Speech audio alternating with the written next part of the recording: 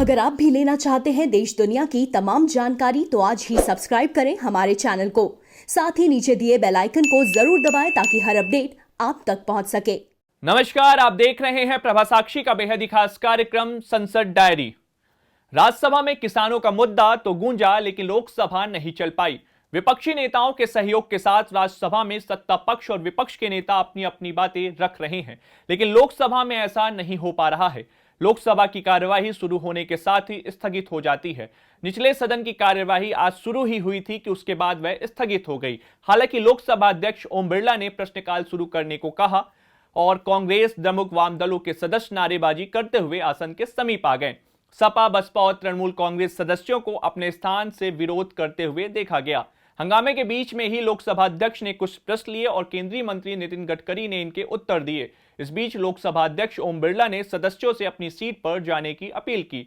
लोकसभा अध्यक्ष ने कहा कि आपके कई नेताओं के महत्वपूर्ण प्रश्न हैं। मैं चाहता हूं कि प्रश्नकाल चले। जनता ने आपको जिस लिए चुनकर भेजा उसको देखते हुए आपका यह व्यवहार उचित नहीं है। हालांकि शोर शराबा होता रहा और अंततः कार्यवाही स्थगित हो गई। लेकिन राज्यसभा में आज एक खूबसूरत नजारा देखने को मिला। आप इसे तंज के तौर पर भी देख सकते हैं।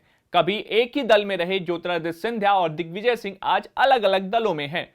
राष्ट्रपति के अभिभाषण पर धन्यवाद प्रस्ताव पर उच्च सदन में चर्चा में भाग लेते हुए भाजपा के ज्योतिरादित्य सिंधिया ने 3 नए कृषि कानूनों के विरोध को लेकर कांग्रेस पर निशाना साधा है। बाद में चर्चा में भाग लेते हुए कांग्रेस नेता दिग्विजय सिंह ने चुटकी लेते हुए कहा, सिंधिया जी, मैं आपको बधाई देता हूं। जितने अच्छे ढंग से वह यूपीए सरकार के दौरान सरकार का पक्ष रखा करते थे, उतने ही अच्छे ढंग से उन्होंने आज भाजपा का पक्ष रखा। श्री दिग्विजय सिंह जी।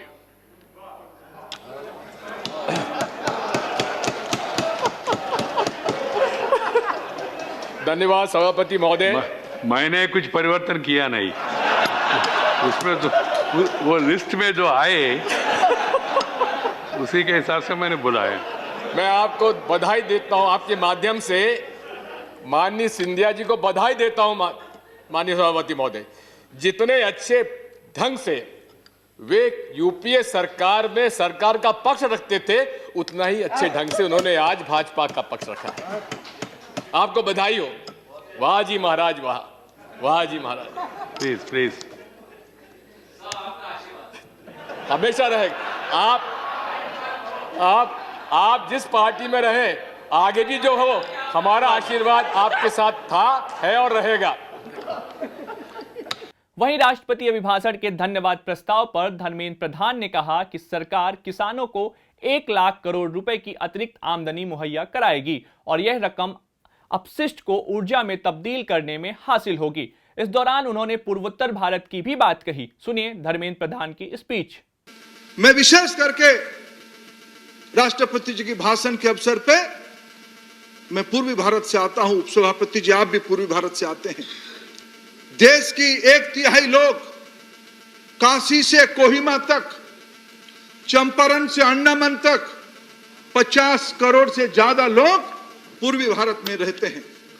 मैं फिर दोबारा दोहराऊंगा, अब तक जिन प्रधानमंत्रियों के हाथ में देश रहा, सबने बढ़िया काम किया, लेकिन श्री नरेंद्र मोदी भारत की पहला प्रधानमंत्री होंगे जिन्होंने पूर्वोदय की कल्पना किया, पूर्वोदय की योजना बनाई, पूर्वोदय के लिए हाथ पकड़ा।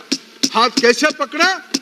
गुजरात से चुन के भी रह सकते थे, उन्होंने आया बनारस, पूर्व भारत की मुख्यशाला विद्यानगरी काशी का प्रतिनिधित्व किए। आज क्या हो रहा है पूर्व भारत में?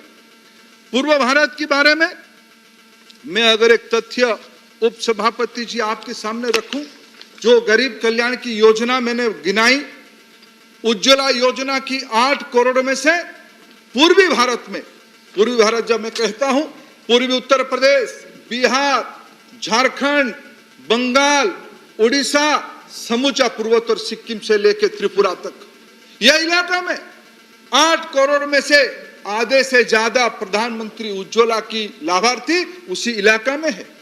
प्रधानमंत्री आवास योजना अगर देश में 2 करोड़ बने हैं, 1.12 करोड़ इसी पूर्वी भारत में है। अगर टॉयलेट 10 करोड़ बना है तो उसी में से 4.5 करोड़ इसी पूर्वी भारत में है। अगर इलेक्ट्रिसिटी 4 करोड़ देश में लगे हैं तो 1 करोड़ से ज्यादा पूर्वी भारत में है।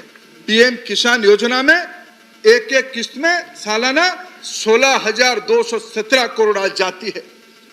एलपीजी कनेक्शन, मैं तो उज्ज्वला को पहले तथ्य दिया, एलपीजी कनेक्शन लगभग 29 करोड़ में से 11.5 करोड़ पूर्वी भारत में है। जनधन की खाता 41 करोड़ 74 हजार जनधन खाते में से 16 करोड़ 22 लाख जनधन खाता पूर्वी भारत में है। यह और एकल विद्यालय, अभी बजट में वित्त मंत्री जी ने कहा है एकल विद्यालय की आदिवासी बच्चों के लिए, जनजाति बच्चों के लिए 20 करोड़ वाला एकल विद्यालय 38 करोड़ भी खर्चा होगा। पूर्वी भारत में 304 संख्या में आज एकल विद्यालय खोला जा रहा है। यह केवल ह्यूमन डेवलपमेंट इंडेक्स के लिए नहीं है, वहां से पूर्वी भारत से ज्यादा लोग माइग्रेंट लेबर आते हैं, रोजगार वहीं हो उसके लिए खनिज, आयरन, स्टील, कोयला, road sector, railway, internet, waterways और प्रधानमंत्री ऊर्जा गंगा में तो हमने पहली बार पूर्वी भारत में नेचुरल गैस की पाइपलाइन जगदीशपुर से लेकर हल्दिया तक खींचा है।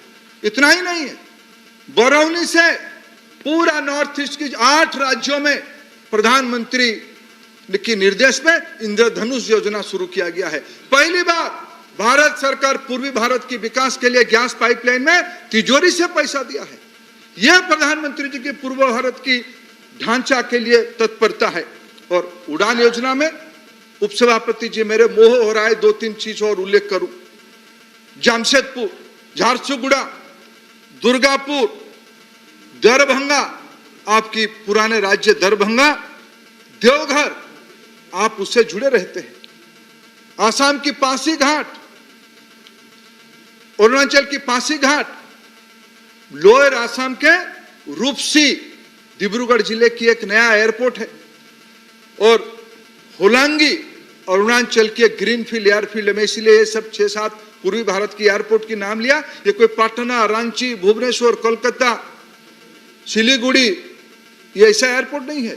प्रधानमंत्री जी की दूरदृष्टि रहा, जब तक पूर्वी भारत पश्चिम और दक्षिण के बराबर नहीं होगा, भारत में समूचा विकास संभव नहीं है।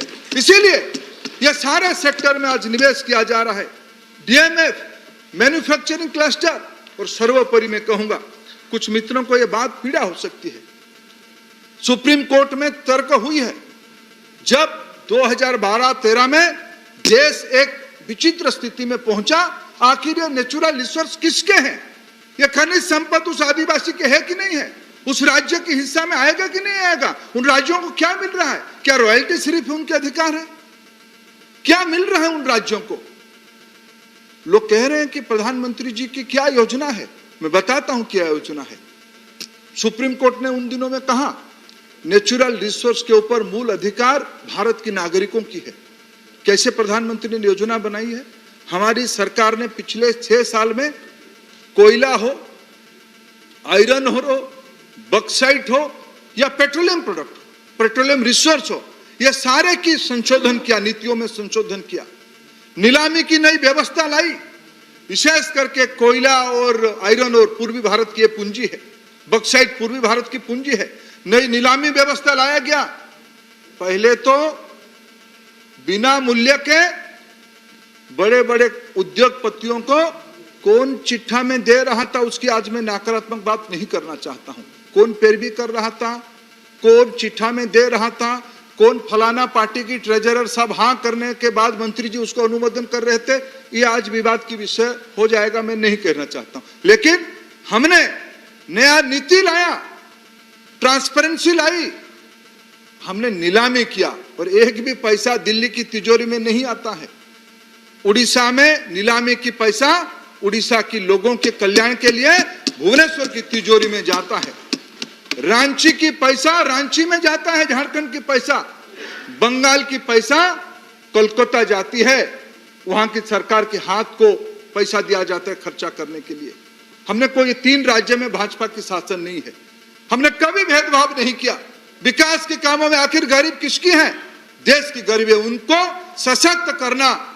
मैंने जब कहा कि मेरे सरकार की कुछ नीति है, कुछ रीत है, मेरे सरकार की रीत नीति कल्याण है, गरीबों की कल्याण है, हमने इसको करके दिखाया उपसभापति जी।